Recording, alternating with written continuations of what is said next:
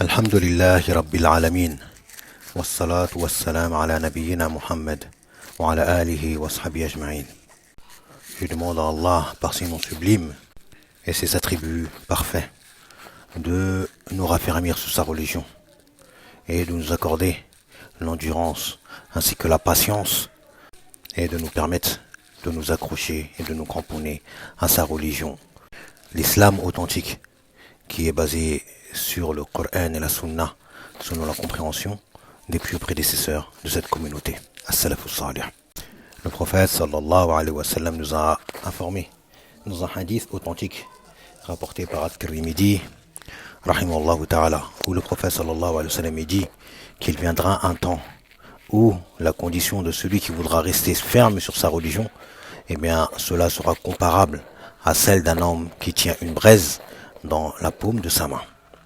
Et cela s'explique d'une part par l'étrangeté que représentera l'islam, mais également par les nombreuses attaques que subiront les musulmans, ou ceux parmi les musulmans qui s'accrochent fermement à l'islam authentique. Et ces attaques peuvent provenir de non-musulmans mécréants qui sont ennemis de l'islam, tout comme elles peuvent provenir de musulmans ou de personnes s'affiliant à l'islam, mais ayant une aversion pour l'islam authentique, celui qui est basé sur la voie des pieux prédécesseurs, salaf as-salih. Néanmoins, on se doit de se montrer ferme, endurant, patient, espérant la récompense d'Allah Azza wa Jal, comme l'a fait nos prédécesseurs, as-salaf as-salih, parmi les compagnons du prophète sallallahu alayhi wa sallam. Et il nous suffit pour cela de regarder ce sur quoi ils étaient comme véritable islam. Sachez que le véritable musulman n'accepte aucunement pour sa religion une quelconque compensation ou un échange, quelle que soit l'ampleur que prendrait l'affaire dont il subirait, que ce soit des humiliations de la part des mécréants ou des tortures, des châtiments ou des nuisances. Le véritable musulman, face à toutes sortes d'attaques ou de nuisances ou d'intimidation, eh bien il reste ferme sur sa religion, accroché et cramponné à sa croyance, en espérant la récompense qui se trouve auprès d'Allah Al-Aziz Al-Hakim. On cite en exemple Bilal ibn Rabaha, radiyallahu anhu, qui était le mu'adhin du messager d'Allah sallallahu alayhi wa sallam, sur qui les persécutions se sont intensifiées de la part des mécréants, au point où il le prenait et il l'allongeait brutalement sur le sable chaud, flambant de la Mecque. Et cela n'était pas suffisant, ils apposaient sur lui un énorme rocher sur sa poitrine. Qu'est-ce qu'ils veulent de lui? Ils veulent de lui qu'il délaisse et qu'il abandonne la religion qu'il vient d'adopter, qui est Tawhid, et qu'il retourne à l'adoration des idoles. Et lui, il reste ferme et accroché au Tawhid, et il endure et il patiente ses tortures, et il ne fait que répéter Ahadun, Ahadun, visant par cela l'unicité d'Allah Azza wa Jal, le seul et unique qui mérite d'être adoré, alors qu'il est en train de se faire châtier. Puis nous avons également Ammar ibn Yasir, radiyallahu anhuma. Ammar ainsi que son père et sa mère Soumaïa, qu'Allah soit satisfait d'eux. Ces habitants de cette maison qui se sont convertis dès le premier appel à l'islam, ils font partie des tout premiers à être entrés dans l'islam.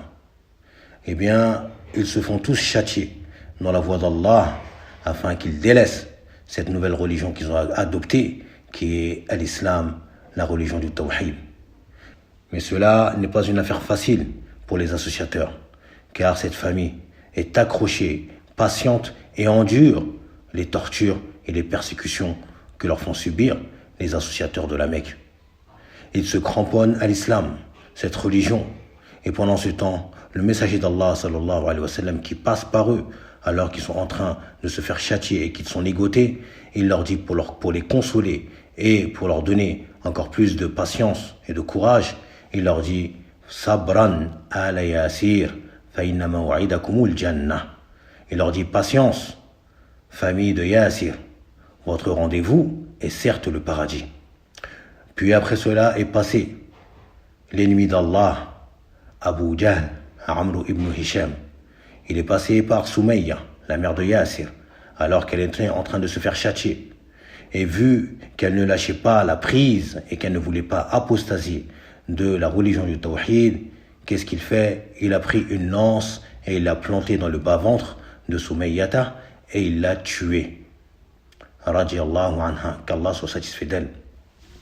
Et cela sous les yeux de son fils, Ammar, et de son époux, qui fut tué par la suite également. Et Soumayyata est devenue la première martyre en islam, parmi les hommes et parmi les femmes, et cela durant l'année 5 de l'Hégire. Ces gens-là, ils se sont cramponnés à leur religion, et cela au prix de leur vie. Puis nous avons le récit du noble compagnon, Khabbab ibn al-Arat, qui fut châtié dans la voie d'Allah Azzawajal. Il a patienté à ces atrocités que lui faisait subir son peuple. Lui également fait partie des premiers à s'être converti à l'islam. À la Mecque, il se faisait châtier par les associateurs qui n'avaient trouvé comme moyen de torture que d'allumer un feu et de faire allonger Khabbab sur le dos, sur ce feu. Et la seule chose qui éteignait ce feu, c'était la graisse qu'il y avait dans son dos qui, une fois fondue, éteignait le feu.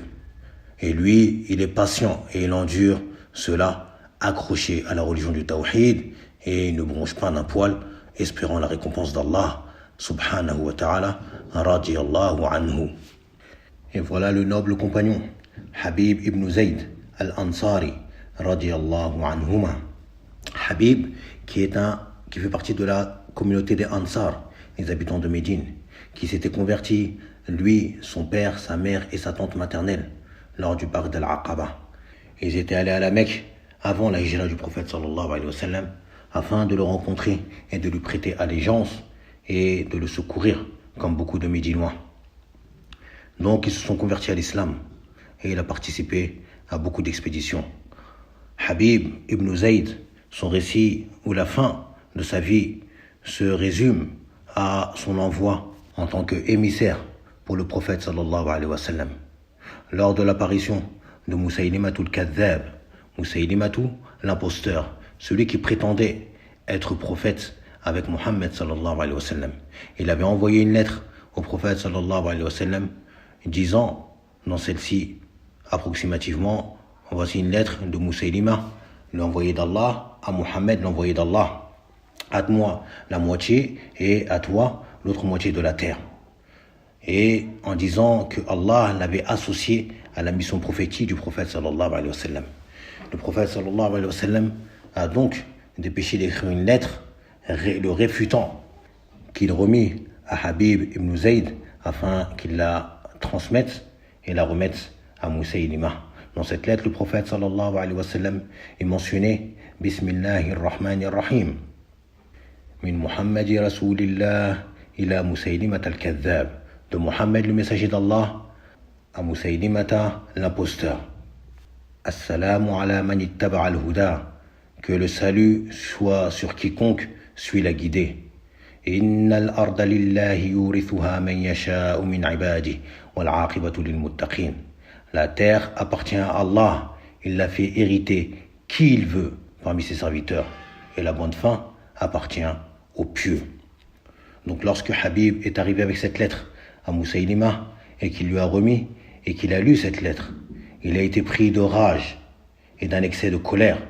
Il a demandé qu'on fasse attacher et ligoter Habib, puis il a appelé son bourreau. Et de là, il a demandé à Habib, attestes-tu que Mohammed est le messager d'Allah? Et Habib, radiallahu anhu, qui lui répond, oui, j'atteste que Mohammed est le messager d'Allah. Puis il lui dit, et attestes-tu que moi je suis le messager d'Allah?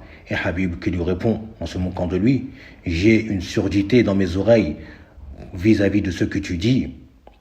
De cela, Moussaïlimatou demande à son bourreau de le couper en morceaux, de couper Habib en morceaux, morceau après morceau, tranche après tranche, membre après membre, et le bourreau qui exécute l'ordre de Moussaïlima et qui se met à découper Habib tranche par tranche. À chaque fois qu'il coupe une tranche et qu'il la lance au sol, eh bien Moussaïlima qui recommence son interrogatoire. Attestes-tu que Mohammed est le messager d'Allah? Et il lui dit oui, j'atteste que Mohammed est le messager d'Allah. Et attestes-tu que je suis le messager d'Allah? Et Habib qui lui dit, je t'ai dit que j'ai une surdité au niveau de mes oreilles par rapport à ce que tu dis. Et là, il recommence à le découper en morceaux, jusqu'à ce que presque la moitié de son corps a été découpé. Et Habib, qui endurant, patientant face à cette torture, eh bien, il murmure avec ses lèvres, Ashhadu an la ilaha illallah wa ashhadu anna Muhammad Rasulullah. Il refuse de dire que Moussaïlima est le messager d'Allah jusqu'à ce qu'il a rencontré son Seigneur, patient, endurant, espérant la récompense d'Allah Azza wa Jal. Et son corps qui restait là-bas jusqu'à l'ère du khalifa de Abu Bakr as-Siddiq radiallahu anhu, qui a envoyé une armée pour aller tuer Moussaïlima, armée à laquelle a participé la mère de Habib, Nusayba. Elle a participé à cette armée et a combattu et est allée récupérer le corps de son fils, radiallahu anhum ajma'in. Puis nous voici avec Abdullah ibn Hudhafa as-Sahmi radiallahu anhu, qui avait été fait prisonnier par le gouverneur des Roum, le gouverneur chrétien, qui l'avait fait prisonnier alors que Omar ibn al-Khattab l'avait envoyé lui avec une expédition, et ils ont été capturés. Et le roi des Roum avait demandé, est-ce qu'il y avait parmi les prisonniers une personne qui avait tenu compagnie au prophète sallallahu alayhi wa sallam? Et on lui a indiqué qu'il y en avait un qui était Abdullah ibn Hudhafa, car cela avait lieu lors du khalifa de Omar ibn al-Khattab radiallahu anhu. Donc il le convoque et il lui demande, suis-moi et je t'associerai à mon pouvoir en te donnant la moitié de mon royaume. Et Abdullah ibn Hudhafa as-Sahmi qui refuse catégoriquement en lui disant qu'il lui est impossible de préférer une autre religion à la religion de Mohammed sallallahu alayhi wa sallam. Par cela, il commence à l'éprouver. Ils l'accrochent, ils le font crucifier et il demande à ses archers de lancer des flèches mais sans le toucher afin de l'effrayer. Et cela, lorsqu'il a vu que cela n'avait aucun effet sur Abdullah, eh bien ils l'ont décroché et ils ont commencé à faire allumer un feu dans lequel ils ont mis des chaudrons et ils y ont chauffé ce qui s'apparente à du cuivre afin d'y faire brûler des gens. Et c'est ce qu'ils ont fait. Ils ont fait brûler certains prisonniers sous les yeux d'Abdullah. Et lorsqu'ils ont fait avancer Abdullah vers le chaudron afin de le lancer, il s'est mis à pleurer. Ayant constaté cela, le roi a demandé à amener Abdullah, car il a vu, ou il a senti, ou plutôt il a pensé que Abdullah était prêt à abdiquer et à apostasier de sa religion. Donc il lui a demandé, es-tu prêt à me suivre et à délaisser ta religion? Et Abdullah lui a dit, jamais. Et il lui a dit, donc pourquoi donc as-tu pleuré? Il lui a dit, je n'ai pas pleuré par peur pour ma personne, mais plutôt j'ai pleuré car j'aurais désiré avoir un nombre égal à mes cheveux comme âme. J'aurais désiré avoir des âmes du nombre des poils de mes cheveux et que toutes ces âmes se fassent châtier dans la voie d'Allah et qu'elles entrent toutes au paradis sans jugement. De là, le roi, qui a été stupéfait et véritablement étonné de la fermeté et du cramponnement de cet homme à sa religion, lui a dit, embrasse ma tête et je te libérerai. Et Abdullah qui lui a dit, ainsi tu libéreras tous les autres prisonniers musulmans. Il lui a dit, je libérerai tous les autres prisonniers musulmans. Donc Abdullah lui a embrassé la tête et il l'a libéré ainsi que les autres musulmans prisonniers qui étaient avec lui. En rentrant, Omar ayant pris vent de cette information, Omar est sorti de Médine pour aller à la rencontre de Abdullah ibn Hudhafa et lui a embrassé la tête et lui a dit « Tu es en droit à ce que toute la communauté t'embrasse la tête ». De par cette épreuve qu'il a endurée et de laquelle Allah l'en a fait sortir victorieux. Radiyallahu anhu. Donc ceux-ci ne sont qu'une poignée d'exemples représentatifs de la fermeté des véritables musulmans. Vos prédécesseurs, comment ils ont tenu et ils ont enduré toutes ces difficiles épreuves, nuisances, châtiments, torts sur la religion de l'islam, restant cramponnés à cette religion qui vaut plus pour eux que leurs propres âmes, sans parler des efforts considérables qu'ils ont fournis dans la protection de cette religion, dans sa transmission, que ce soit en combattant avec leur propre personne ou avec leurs biens. Et des centaines parmi eux sont tombés martyrs, que ce soit dans les champs de bataille ou que ce soit sous les mains des ennemis. Mais ceux-là, ils ont fait tout cela en étant heureux et même avec fierté. Ils meurent et ils tombent heureux et fiers de ce que Allah leur a décrété. Ces gens-là qui ont tout délaissé pour cette religion.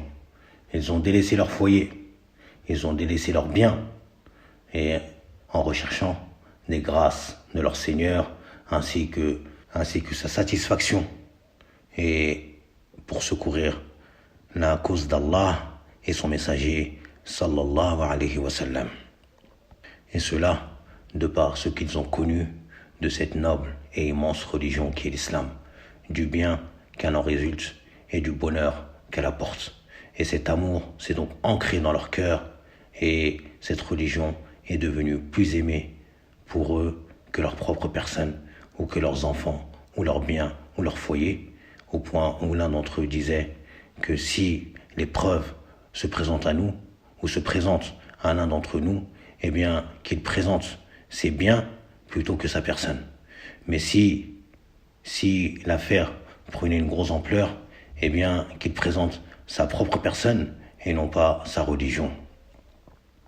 Donc à nous de nous cramponner également à cette religion, en nous remémorant ce que ces gens ont subi pour cette religion, et de ne pas nous accabler sur notre petit triste sort lorsqu'on se voit privé de certaines choses, alors que nos propres personnes n'ont même pas été touchées, ne serait-ce d'un poil. On demande à Allah Azza wa Jal qui nous accorde la fermeté sur sa religion. On demande à Allah subhanahu wa ta'ala, par ses noms sublimes et ses attributs parfaits, qu'il nous rende endurants et qu'il nous compte parmi les endurants et qu'il nous fasse mourir soumis à lui. On demande à Allah le Très-Haut, lui qui retournait le cœur, qu'il raffermit nos cœurs sur sa religion.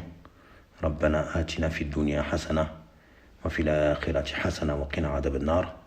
Rabbana la tuzigh qulubana ba'da idh hadaytana wa hab lana min ladunka rahmah innaka antal wahhab. سبحانك اللهم وبحمدك واشهد ان لا اله الا انت واستغفرك واتوب اليك وصلى الله وسلم وبارك على محمد وعلى اله واصحابه اجمعين. بارك الله فيكم.